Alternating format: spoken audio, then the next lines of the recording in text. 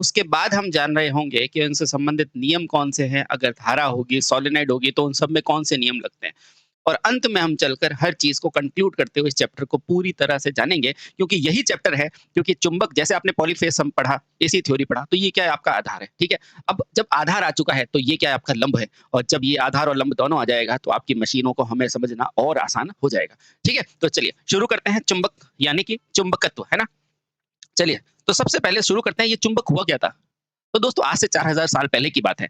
तो वहाँ पर एक मैग्नीशिया नामक एक जगह था, जहाँ पर एक जैसे अपन के नहीं होते लो जो चरवाहे वगैरह जो कि छोटे-छोटे पशुओं को चराते हैं। तो बेटा प्राचीन काल में जूते बनते थे ना, तो उनमें कोई जूता ऐसा बना था जिसके अंदर क्या था वो लोहे की शॉल लगी हुई थी। और जैसे ही वो चले तो देखिए यार वहाँ पे कुछ चिपकने लग गया। तो प्रारंभ में तो ऐसा माना जाता था कोई अंधविश्वास है, लेकिन वो अंधविश्वास नहीं था। आओ और वहाँ से हमारी जननी हुई, ठीक है? चलिए बहुत सही। अब चुंबक के बारे में सबसे पहले पढ़ा जाएगा परिचय। पहला क्या है परिचय, कि चुंबक कहाँ से प्राप्त हुई, किसे प्राप्त हुई, ठीक है? चलिए बहुत सही। तो सबसे पहले आज से लगभग 4000 साल पहले, है ना? एशिया के मैग्नीशिया शहर में, तो आज से लगभग कितने साल पहले बेटा? 4000 साल पहले, है ना?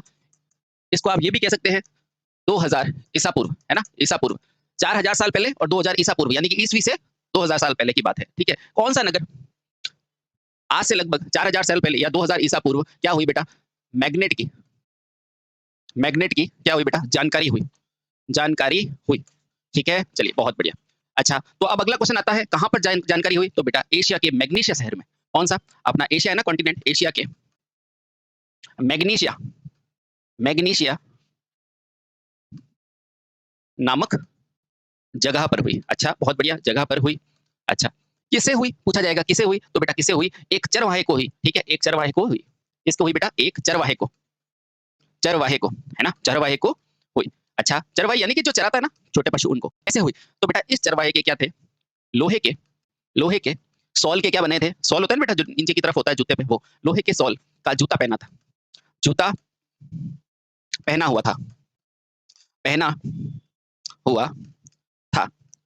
तो उसने देखा कि देखा कि कुछ पत्थर कुछ पत्थर उस पर चिपक रहे हैं, उस सॉल पर चिपक रहे हैं, उस सॉल पर चिपक रहे हैं, चिपक रहे हैं, ठीक है?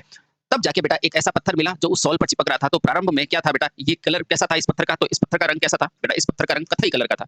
इस पत्थर का रंग बेटा कैसा था? कत्थई कलर का था, है ना? कत्थई था, ठीक है? और इसे क्या समझा जाता था उस समय? कोई मतलब अंधविश्वास रूप में माना जाता था, है ना? और इसे अंधविश्वास के रूप में अंधविश्वास या कह सकते हैं जादू टोने के रूप में जाना गया। जादू टोने के रूप में समझा गया, रूप में समझा गया। यानी उनको ये लगा कि ये कोई जादुई पत्थर है, समझा गया कि यार इस तरह से चीजें आकर्षित हो रही है तो हो सकता है कोई जादू टोना या अंधविश्वास जैसी चीज को क्या समझा गया बेटा? उस कत्थई रंग के पत्थर को समझा गया था। लेकिन बेटा हुआ क्या?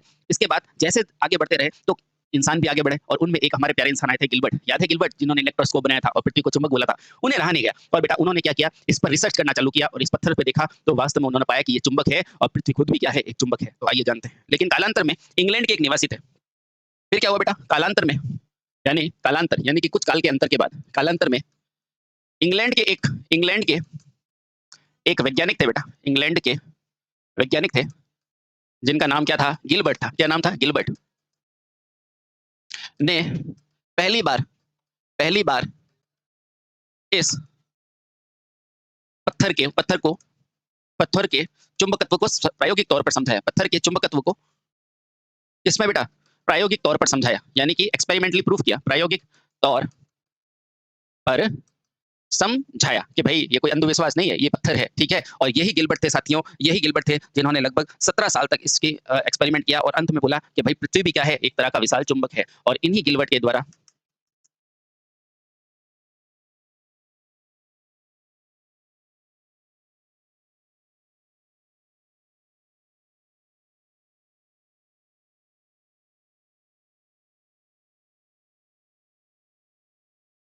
इनके द्वारा जो शोध हुआ ना बेटा, उसमें यह भी जानकारी हुई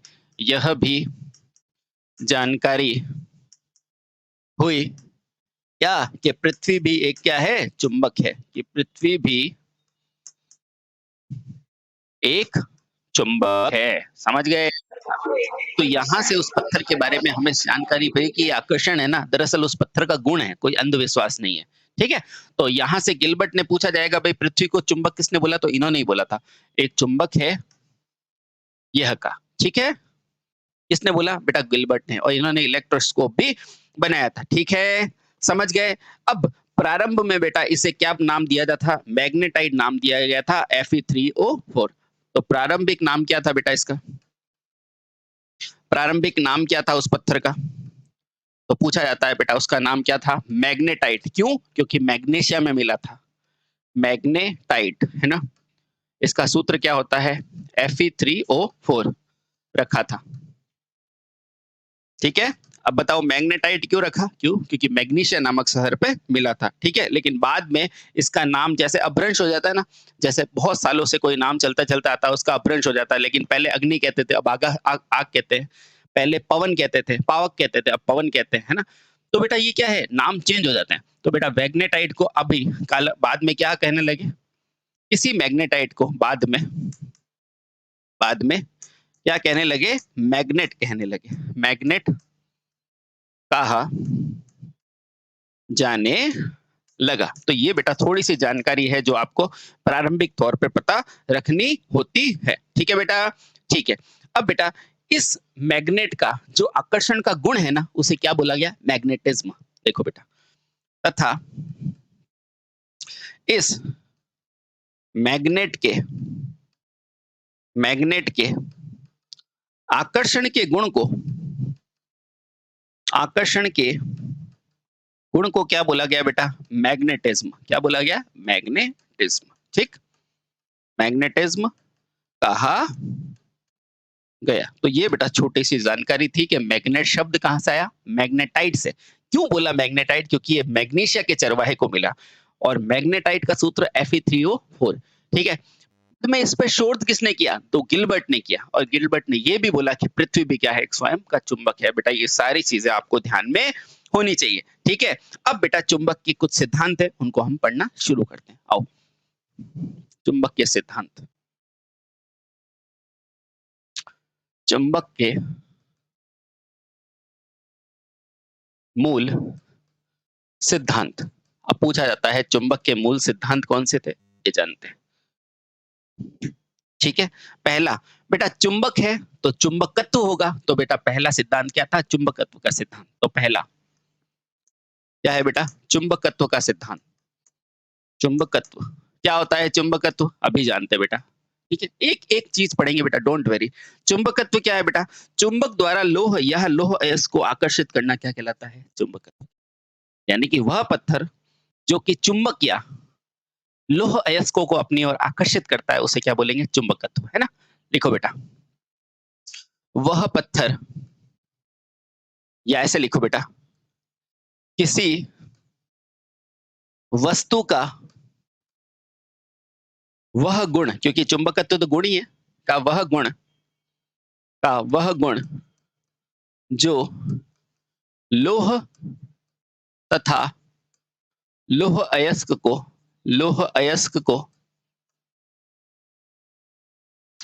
को क्या करता है? आकर्षित करता है। क्या कहलाता है बेटा? चुंबकत्व कहलाता है। चुंबकत्व कहलाता है। ठीक है? यानी कि किसी भी वस्तु का वह गुण जो लौह या लौह अयस्क को अपनी ओर आकर्षित करता है, उसे क्या कहोगे बेटा? चुंबकत्व कहोगे। ठीक है? और क्या होता है बेटा नियम इसके? कि प्रत्येक चुंबक के कितने ध्रुव होते हैं? 2। अगर उसको तोड़ भी दोगे ना तो वापस से 2 बन जाएंगे, है ना? आ जाओ। तो प्रत्येक चुंबक के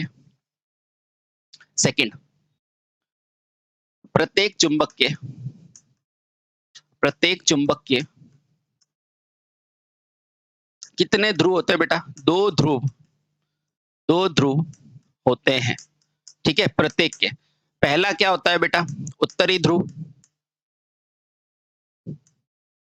जिसे N कहते हैं, तथा दूसरा क्या होता है बेटा? दूसरा क्या होता है? दक्षिणी ध्रुव।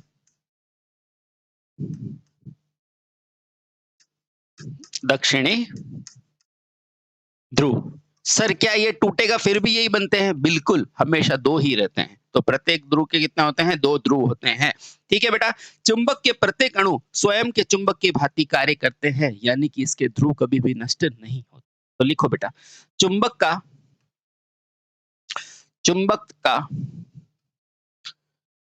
प्रत्येक अणु स्वयं का चुंबकत्व रखते हैं। अतः इसके ध्रुव, अपन सोचे नष्ट कर दो तो नष्ट नहीं होते हैं। अतः इसके ध्रुव कभी नष्ट नहीं होते, कभी नष्ट नहीं होते हैं। बेटा छोटी छोटी चीजें जानने की कोशिश करो, क्योंकि बड़ी में यही चीजें दिक्कत करती है ना।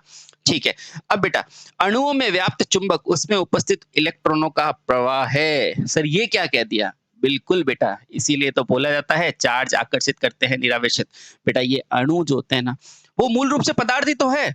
इसके अंदर जो इलेक्ट्रॉन होते हैं ना, वही क्या करते हैं बेटा? चुंबकत्व के गुण को प्रदर्शित करते हैं। बड़ी इंपॉर्टेंट बात है, लिखो बेटा। प्रत्येक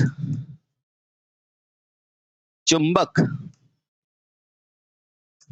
में उपस्थित इलेक्ट्रॉन ही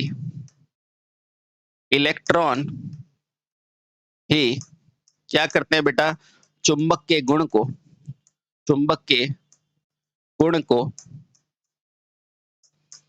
प्रदर्शित करते हैं,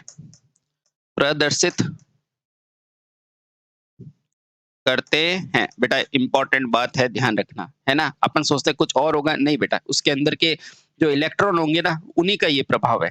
ठीक है, सामान्य अवस्था में बेटा ये अणु क्या रहते हैं? अव्यवस्थित, और परिणामी चुंबकत्व क्या रहता है? 0, जिसे ही अचुंबकीय अवस्था कहते हैं। इधर आओ समझाता हूं बेटा। देखो मान लो ये मेरा एक पत्थर है, ठीक है, अच्छा ठीक है, और ये मेरा दूसरा पत्थर है, ठीक है, चलिए, अच्छा बेटा आपको पता है किसी के अंदर भी, जैसे इंसान के अंदर भी क्या होते हैं? अपने आकर्षण और प्रतिकर्षण के गुण होते हैं। आप किसी से प्यार करेंगे तो उससे क्या करेंगे? आकर्षित हो जाएंगे, और किसी से गुस्सा करेंगे तो नफरत हो जाएगी। बेटा वही गुण है। देखो ये पत्थर है, तो प्रारंभ में बेटा इसके अंदर जो N और S ध्रुव होते हैं ना, इस तरह से पड़े होते हैं, यानी कि कुछ ऐसे पड़े हैं, कुछ ऐसे पड़े हैं, कुछ ऐसे पड़े हैं, है ना, कुछ ऐसे पड़े हैं, है ना। यानी कहना क्या चाहते हैं सर? सर ये कहना चाहते हैं आपसे कि ये बिखरे हुए पड़े हैं, यानी कि प्रारंभ में जब ये अचुंबकीय अवस्था में है, यानी कि देखो बेटा ये कौन सी अवस्था है? अचुंबकीय अवस्था। अभी समझाता हूं बेटा, अभी सारी चीजें समझ में आ जाएगी।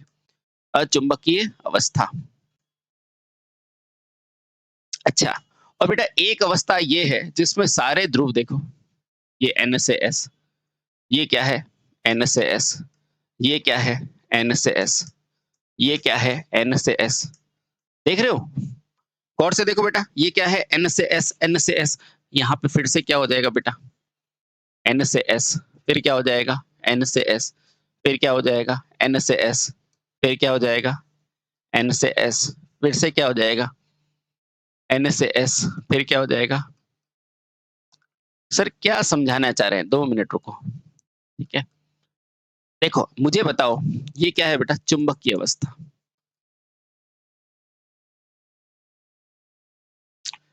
अब मुझे बताओ, आप में आवेश आता है कि आपको दिलाया जाता है? आपको दिलाया जाता है। उसी तरह बेटा ये भी क्या एक गुण है जो आपको बताया जाता है। अब देखो यदि इस मैग्नेट के पास ऐसा, मैं एक लोहे का एक वस्तु ले आऊं, ये मान लो एक लोहे की है वस्तु, है ना, इस लोहे के जैसे इसको मैं पास में लाऊंगा ना, तो बेटा ये ऐसा था, अभी ऐसी अवस्था में था, अब जैसे ही लोहे को पास में लाया तो ये एग्जैक्टली जम गया। इसका मतलब क्या है? अब इसने चुंबक के गुण को दिखाना शुरू कर दिया। ये ठीक उसी प्रकार से है जैसे मान लो आप बैठे हो बेटा, और आपका कोई एक बढ़िया जानकार या फिर अच्छा चाहने वाला इंसान आ गया है, तो आपको एकदम से देख के एकदम आप लाइट नहीं हो जाते, मुस्कुराने लग जाते हैं। तो बेटा ये मुस्कुराने लग गया, यानी इसने चुंबक के गुण को दिखाना शुरू कर दिया। इसके अंदर के अणु क्या हो गए? एक जगह व्यवस्थित हो गए, और जैसे किसी पे गुस्सा आते हैं तो देखो अपन को भी गुस्सा आता है ना, तो ये देखो चुंबक गुण दिखाना बंद कर दिया। बेटा इसे ही कहते हैं अचुंबकीय और चुंबकीय अवस्था। समझ गए? समझ गए? यानी कि क्या हुआ बेटा, चुंबक में जब इलेक्ट्रॉन क्या होते हैं बेटा, अव्यवस्थित होते हैं, जब अणु अव्यवस्थित होते हैं तो परिणामी चुंबकत्व क्या हो जाता है, 0 हो जाता है। देखो बेटा, अचुंबकीय अवस्था में क्या होता है, चुंबक के सभी अणु क्या होते हैं बेटा, अव्यवस्थित होते हैं, अव्यवस्थित होते हैं, अव्यवस्थित होते हैं। तो सर इससे क्या होगा, इससे अगर सारे अणु ही मेरे अव्यवस्थित है, ऊपर नीचे है, तो बेटा परिणामी चुंबकत्व क्या हो जाएगा, शून्य। जिसके कारण क्या होता है, जिसके कारण क्या होता है बेटा, परिणामी चुंबकत्व क्या हो जाता है, चुंबकत्व क्या हो जाता है, शून्य हो जाता है ना, शून्य हो जाता है। और बेटा इसी अवस्था को क्या बोला जाता है, अचुंबकीय अवस्था, यानी कि अव्यवस्थित अणु होना। ठीक है, अब देखो बेटा चुंबकीय अवस्था में क्या होता है, चुंबकीय में क्या हो जाएगा, ये सारे अणु व्यवस्थित हो जाएंगे। चुंबक में क्या हो जाएगा बेटा, चुंबक के सारे अणु, सारे अणु क्या हो जाते हैं बेटा, व्यवस्थित हो जाते हैं, व्यवस्थित हो जाते हैं, हो जाते हैं। ठीक है, और इससे क्या होता है, जिससे परिणामी चुंबकत्व बढ़ जाता है, जिससे परिणामी चुंबकत्व चुंबकत्व बढ़ जाता है, बढ़ जाता है। आपने बचपन में नहीं देखा, एक मैग्नेट को दूसरे के पास में लाते हो तो वो आगे आगे भागती है, या उल्टा रखते हो तो चिपक जाती है। बेटा उसमें यही तो होता है, उसके अणु बिखरे हुए होते हैं, तो वो पहले अचुंबकीय अवस्था थी, और जैसे ही मैं कोई मैग्नेट पास में लाता हूं तो बेटा वो क्या हो जाता है, सब के सब सेटल हो जाते हैं। समझ गए बेटा, इसलिए कहते हैं चीजों को रटा नहीं जाता, चीजों को समझ आ जाता है। ठीक है, और जैसे ही मैं मैग्नेट पास में लाऊंगा ये लोहे की, तो सारे के सारे अणु क्या हो जाएंगे, व्यवस्थित हो जाएंगे। बेटा इसी अवस्था को कहते हैं, अणुओं का व्यवस्थित होना क्या कहलाएगा, चुंबकीय अवस्था को बताएगा, और अणु जब अव्यवस्थित होंगे तो अचुंबकीय अवस्था कहलाएगा। समझ गए? समझ गए? यही बेटा आगे चलकर आपको मशीनों के बारे में समझाया जाता है ना। जब मशीन में सप्लाई देते हैं तो उसके अणु व्यवस्थित हो जाते हैं, और फिर वो मैग्नेटिज्म देना चालू करते हैं। समझ गए? बिल्कुल। अब हम एक एक करके इनकी चुंबक की शब्दावलियों के बारे में पढ़ेंगे। आई होप मैं अच्छे से समझा पाया हूँ। Thank you. चलिए, चुंबकीय शब्दावलियां। चलिए, चुंबकीय चुंबकीय शब्दावलियां, यानी कि चुंबक के अंदर कौन कौन से टर्म्स होते हैं, जैसे अपन ने एसी और डीसी सब में पढ़े थे ना, वैसे बेटा इनके भी टर्म्स होते हैं। देखो बेटा, पहला क्या है, पहली शब्दावली क्या है बेटा, ध्रुव या पोल। पहली क्या है, ध्रुव या पोल। नाम सुना हुआ है, अपन जैसे मशीन में बनाते हैं तो उसमें पोल बनाते हैं कि नहीं। हाँ, तो बेटा चुंबक में क्या होता है, ध्रुव और पोल की परिभाषा क्या होती है। आइए अब मुझे बताओ, एक चुंबक पे कितने ध्रुव होते हैं। तो आप सभी को पता है एक चुंबक में कितने होते हैं, दो। तो बेटा एक चुंबक में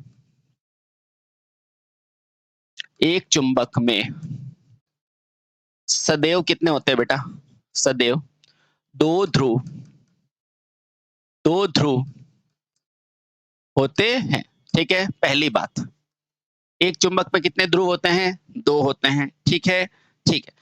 अब मुझे बताओ, ध्रुव पर चुंबक की बल रेखाएं क्या होती है, एक चुंबक के अंदर कितनी बल रेखाएं होती है पता है आपको। बेटा चुंबक होती है ना, अभी मैं बताऊंगा आपको, 10⁸ बल रेखाएं होती है।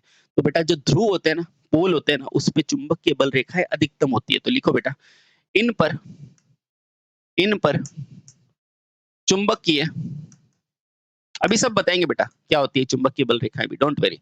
इन पर चुंबकीय बल रेखाएं बेटा क्या होती है, अधिकतम होती है, अधिकतम होती है। क्या होती है बेटा, चुंबकीय बल रेखाएं अधिकतम होती है। ठीक है, बहुत सही। अच्छा, और बेटा सबसे पहले पृथ्वी को चुंबक किसने बोला था, गिलबर्ट ने बोला था, ये मैं लिखा चुका हूँ। और दोनों ध्रुव में मेरा पहला क्या होता है, उत्तरी, और दूसरा क्या होता है, दक्षिणी ध्रुव। और बेटा इसे किससे पूर्णतः स्पष्ट किया जाता है, चुंबकीय सुई से। और बेटा इन दो ध्रुवों के नाम क्या होते हैं, पहले का नाम क्या होता है, उत्तरी ध्रुव, और बेटा दूसरे का नाम क्या होता है, दूसरे का नाम होता है दक्षिणी ध्रुव। ठीक, आप बस पढ़ते रहो, आपको सारी चीजें समझ में आ जाएगी, डोंट वेरी। ठीक, चलिए, तो ये बेटा पहला ध्रुव के बारे में थी। क्या ध्यान रखना है? किसी चुंबक में 2 ध्रुव होते हैं। चुंबक की बल रेखाएँ यहाँ अधिकतम होती है और चुंबक में एक होता है उत्तरी और एक होता है दक्षिणी। ठीक? समझ गए? समझ गए क्या? चलिए बेटा, अगला क्या है? चुंबकीय दिशा निर्देश, है ना?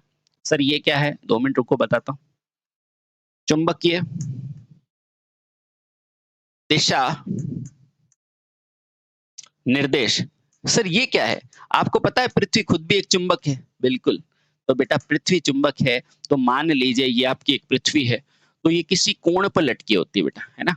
बेटा इस किसी कोण पर झुकी होती है, तो ये सीधी ना होके बेटा किसी कोण पर क्या होती है? झुकी होती है। बेटा इस कोण के बारे में यहाँ पर बात की जाती है। पृथ्वी को चुंबक किसने बोला था? अगर ये पृथ्वी है, तो बेटा इसको चुंबक किसने बोला था? गिलबर्ट ने कहा था, है ना? ध्यान रखना। बार-बार याद दिला रहा हूँ बेटा, क्वेश्चन आ सकता है। ठीक है? तो चुंबकीय दिशा निर्देश क्या होता है? आइए जानते हैं। मुझे बताओ किसी भी चुंबक को आप लटकाओगे तो बताओ बेटा ज्यामितीय अक्ष से कुछ कोण पर लटकी होगी कि नहीं? ये ज्यामितीय अक्ष से कुछ झुकी हुई होगी कि नहीं? ये देखो, अगर ये मेरा जीएन है, ज्यामिति क्या होती है बेटा अभी बताता हूँ। ये जीएनए से कुछ डिग्री पर होगी कि नहीं? बिल्कुल। तो लिखो बेटा चुंबकीय दिशा निर्देश में यदि यदि किसी चुंबक को चुंबक को स्वतंत्रता पूर्वक क्या किया जाए बेटा? लटकाया जाए, लटकाया जाए, तो वह, अभी बताऊंगा बेटा ज्यामितीय और न्यूट्रल एक्सिस क्या होता है, डोंट वरी। वह ज्यामितीय उदासीन अक्ष अक्ष यानी कि जीएनए, ज्यामितीय उदासीन अक्ष, इसका मतलब क्या होता है? जीएनए से, क्योंकि इन जीएनए एमएनए इनकी जानकारी नहीं होगी, फिर मोटर की जानकारी नहीं हो पाएगी, है ना? इसलिए ध्यान रखो बेटा। यदि किसी चुंबक को स्वतंत्रता पूर्वक लटकाया जाए, मान लो ऐसे लटकाया, तो बेटा ये क्या करती है? तो ये ज्यामितीय उदासीन अक्ष से कुछ अंश क्या होती है बेटा? झुकी होती है, झुकी होती है। ठीक है? अब क्वेश्चन आता है कितनी होती है? तो बेटा ये करीब कितना होता है? 10 से लेके 18 डिग्री तक। ये क्या होता है बेटा? ये कोण कितना होता है? ये कोण पूछा जाता है बेटा, वो कितना होता है? 10 से 18 डिग्री, है ना? कहीं कहीं 10 से 15 भी होता है। तो बेटा 10 से 18 डिग्री झुकी हुई होती है। ठीक है? ठीक है बेटा। और इसका एक हिस्सा क्या होता है? उत्तर की ओर होता है और दूसरा क्या होता है? दक्षिण की ओर। तो क्या लिखेंगे बेटा? अब इस चुंबक का एक हिस्सा बेटा कहाँ होता है? भौगोलिक, यानी कि ज्योग्राफिकल। भौगोलिक कहाँ होता है बेटा? उत्तर में। वह दूसरा किसे और होता है? दक्षिण में। दूसरा भौगोलिक दक्षिण में होता है,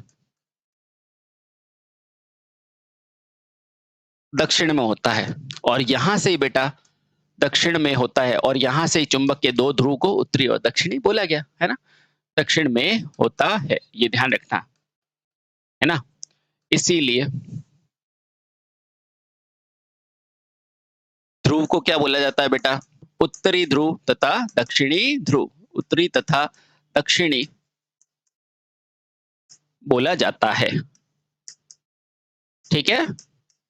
अब आज समझ में आ गया बेटा, उत्तरी ध्रुव दक्षिणी क्यों बोलेंगे, पूरब पश्चिम क्यों नहीं बोलेंगे? क्यों? क्योंकि पृथ्वी खुद क्या है बेटा? एक चुंबक है, और जब पृथ्वी पर लटकाओगे इसको, तो एक एंगल पे लगती है जिसका मान क्या होता है? 10 से 15 डिग्री। ठीक है? बहुत सही। अब बेटा इसका पूछेगा कि ये जो लटकाया है ना बेटा, यहाँ 15 कर दो, कोई दिक्कत।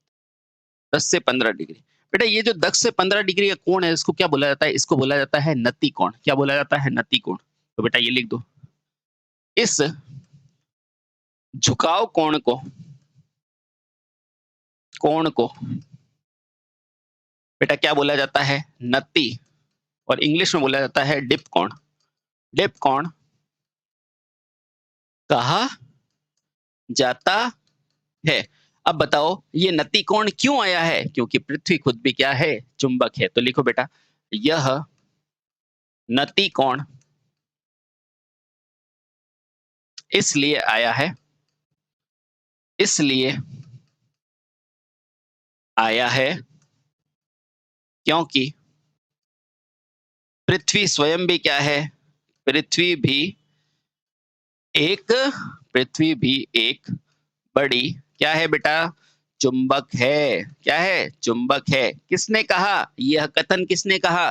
तो यह कथन कहा था गिलबर्ट ने। यह कथन किसने कहा? गिलबर्ट ने कहा। ठीक है?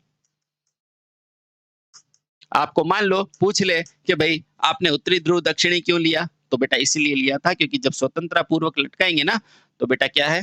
भी एक। तो जब स्वतंत्रता पूर्वक लटकाएंगे ना बेटा तो इसमें क्या हो जाएगा?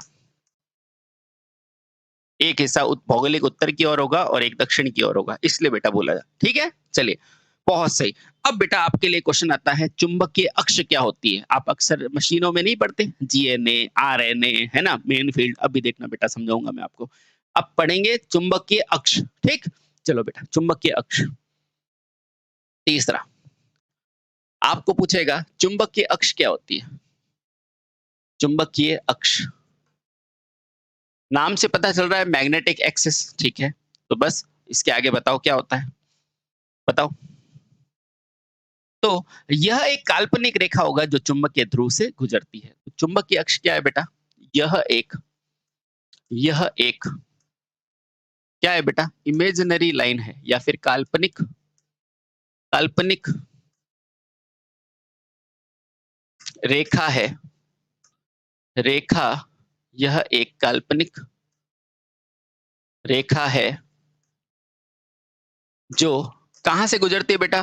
ध्रुव से गुजरती है। जो चुंबकीय, अभी बताता हूं बेटा, जो चुंबकीय ध्रुव से, अब आपको मशीनें वगैरह समझने में बिल्कुल दिक्कत नहीं आएगी, ध्रुव से गुजरती है।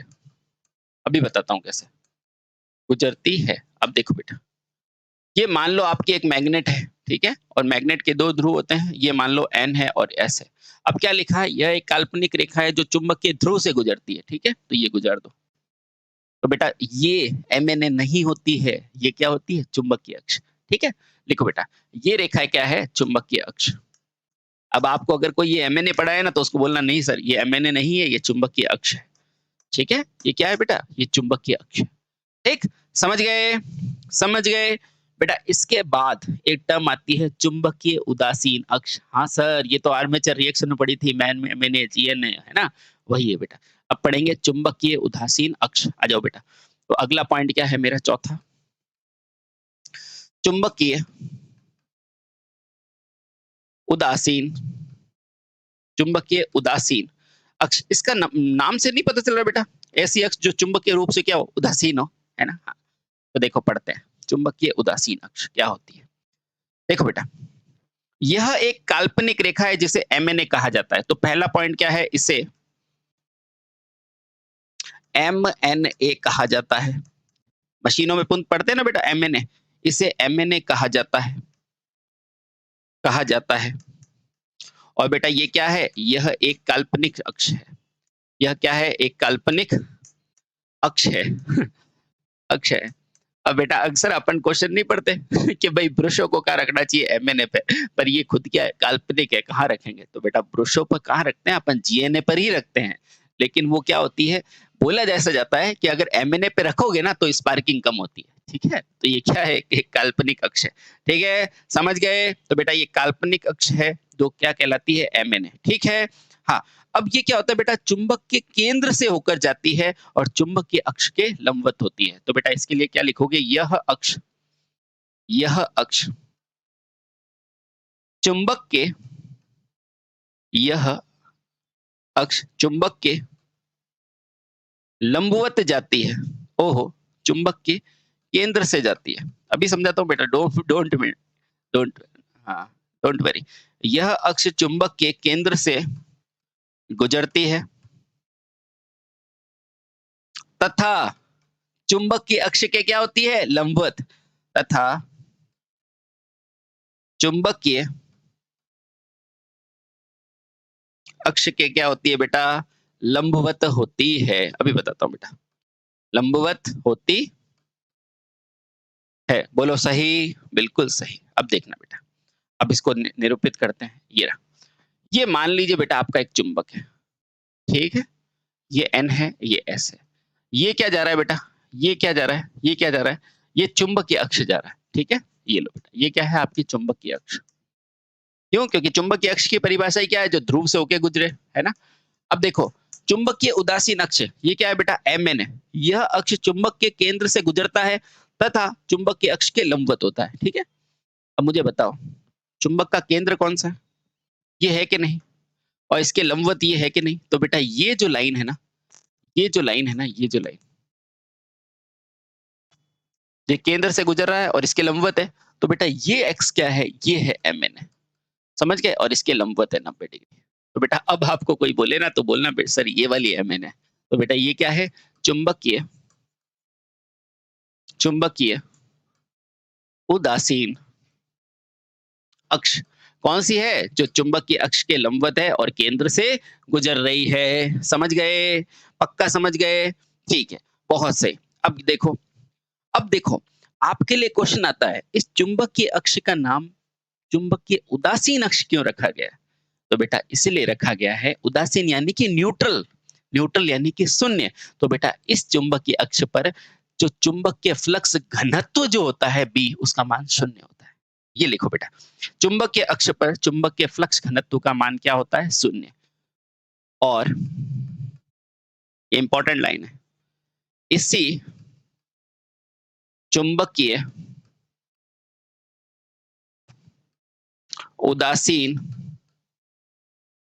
अक्ष पर क्या होता है बेटा? चुंबकीय घनत्व, चुंबकीय घनत्व क्या होता है बेटा? शून्य होता है। चुंबकीय घनत्व कैसा होता है? शून्य होता है, शून्य होता है। अब जब चुंबकीय घनत्व शून्य है, इसीलिए इसीलिए इसीलिए इसे क्या बोला जाता है? इसे इसे चुंबकीय उदासीन अक्ष Mna कहा जाता है। चुंबकीय उदासीन अक्ष Mna कहा जाता है। Mna कहा जाता है। ठीक है बेटा, अब समझ में आया आपको? इसलिए कहते हैं बेटा मशीन को पढ़ने से पहले मैग्नेट को पढ़ो। देखो इतना आसानी से मैंने आपको समझा दिया बेटा। चुंबक के ध्रुव से निकलने वाली चुंबकीय अक्ष और Mna क्या होती है बेटा? इसके लंबवत, है ना? अब देखो, अब क्वेश्चन आता है, इसको Mna क्यों बोला, है ना? इसको Mna यानी चुंबकीय उदासीन क्यों बोला? क्योंकि बेटा यहाँ पर क्या है? चुंबकीय घनत्व 0 होता है। ठीक है? चुंबकीय घनत्व कैसा होता है? 0 होता है। और बेटा अगर ये 0 होगा ना, इसलिए बेटा इसका नाम क्या होता है? चुंबकीय उदासीन अक्ष। बहुत इंपॉर्टेंट लाइन है। ठीक है? ठीक है। अब यहाँ अपन चुंबक के बारे में समझ गए, ध्रुव के बारे में समझ गए, चुंबकीय रेखा के बारे में समझ गए, Mna के बारे में समझ गए और Mna पर घनत्व 0 होता है, ये भी समझ गए। अब आएगा कहाँ से? तो चुंबकीय रेखाओं से। तो बेटा अब समझेंगे चुंबकीय बल रेखाएं क्या होती है। क्या पढ़ेंगे बेटा? चुंबकीय बल रेखाएं। तो आओ अगला पॉइंट, चौथा, चुंबकीय बल रेखाएं। जैसे बेटा विद्युत बल रेखाएं पड़ी थी ना, वैसे ही होती बेटा चुंबकीय बल रेखाएं भी। ठीक है? चलिए, चुंबकीय बल रेखाओं में क्या ध्यान रखेंगे बेटा? ठीक है, चलिए, यदि किसी चुंबक में हम क्या करेंगे बेटा? पेपर पर रखेंगे और एक कंपास को रख देंगे। ठीक है? तो और इसकी गति देखेंगे चुंबक से, तो बेटा वो गति क्या होती है? बल रेखाएं। आपको ध्यान में क्या रखना है मैं बताता हूँ बेटा। इसमें क्या ध्यान रखना है बेटा? सबसे पहले चुंबकीय बल रेखाओं को किसमें क्या सिद्धांत क्या होता है बेटा? इनकी रेखाओं का सिद्धांत क्या होता है? तो मीटर के डिफ्लेक्शन का सिद्धांत बेटा क्या होता है? चुंबकीय बल रेखाओं पर ही होता है। तो बेटा चुंबकीय बल रेखाओं पर इस कौन कार्य करता है? तो बेटा मीटर का, जो भी मीटर होते हैं ना आपके विद्युत के मीटर, मीटरों का डिफ्लेक्शन, है ना? डिफ्लेक्शन सिद्धांत बेटा किस पर आधारित होता है? सिद्धांत क्या होता है बेटा? चुंबकीय रेखाओं पर आधारित होता है। चुंबकीय रेखाओं पर आधारित होता है। आपको कहेगा भाई जब आप मीटर पढ़ोगे ना तो बेटा डिफ्लेक्शन टॉर्क पढ़ोगे, है ना? तो उसमें जो डिफ्लेक्शन होता है ना, वो इन चुंबकीय बल रेखाओं पर ही आधारित होता है। ठीक है बेटा, समझ गए? ठीक है। अच्छा, और विभिन्न विद्युतिक मशीन में जो बल लगता है ना बेटा, उसका कारण ये होता है। अच्छा, दूसरा बेटा, यही चुंबकीय बल रेखाएं मोटर पर घुमाव बल का कारण बनती है। घुमाव बल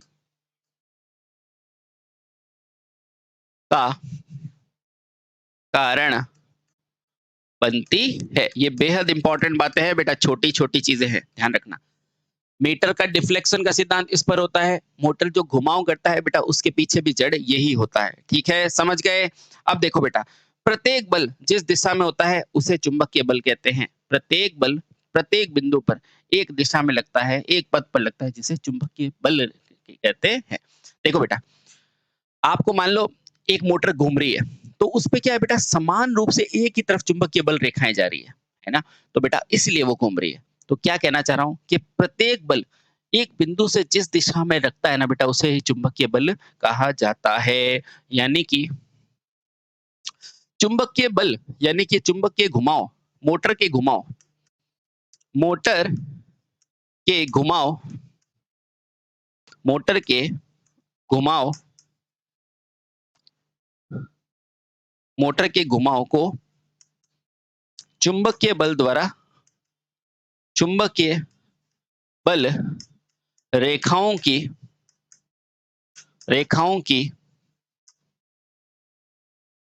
दिशा में ही समझा जाता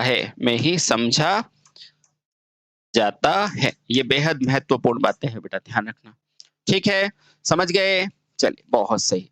अब बेटा इसके बाद हम इसके कुछ महत्वपूर्ण गुण हैं जिसको हम नेक्स्ट लेक्चर में पढ़ते हैं। Thank you so much. Bharat माता की जय। वंदे मातरम।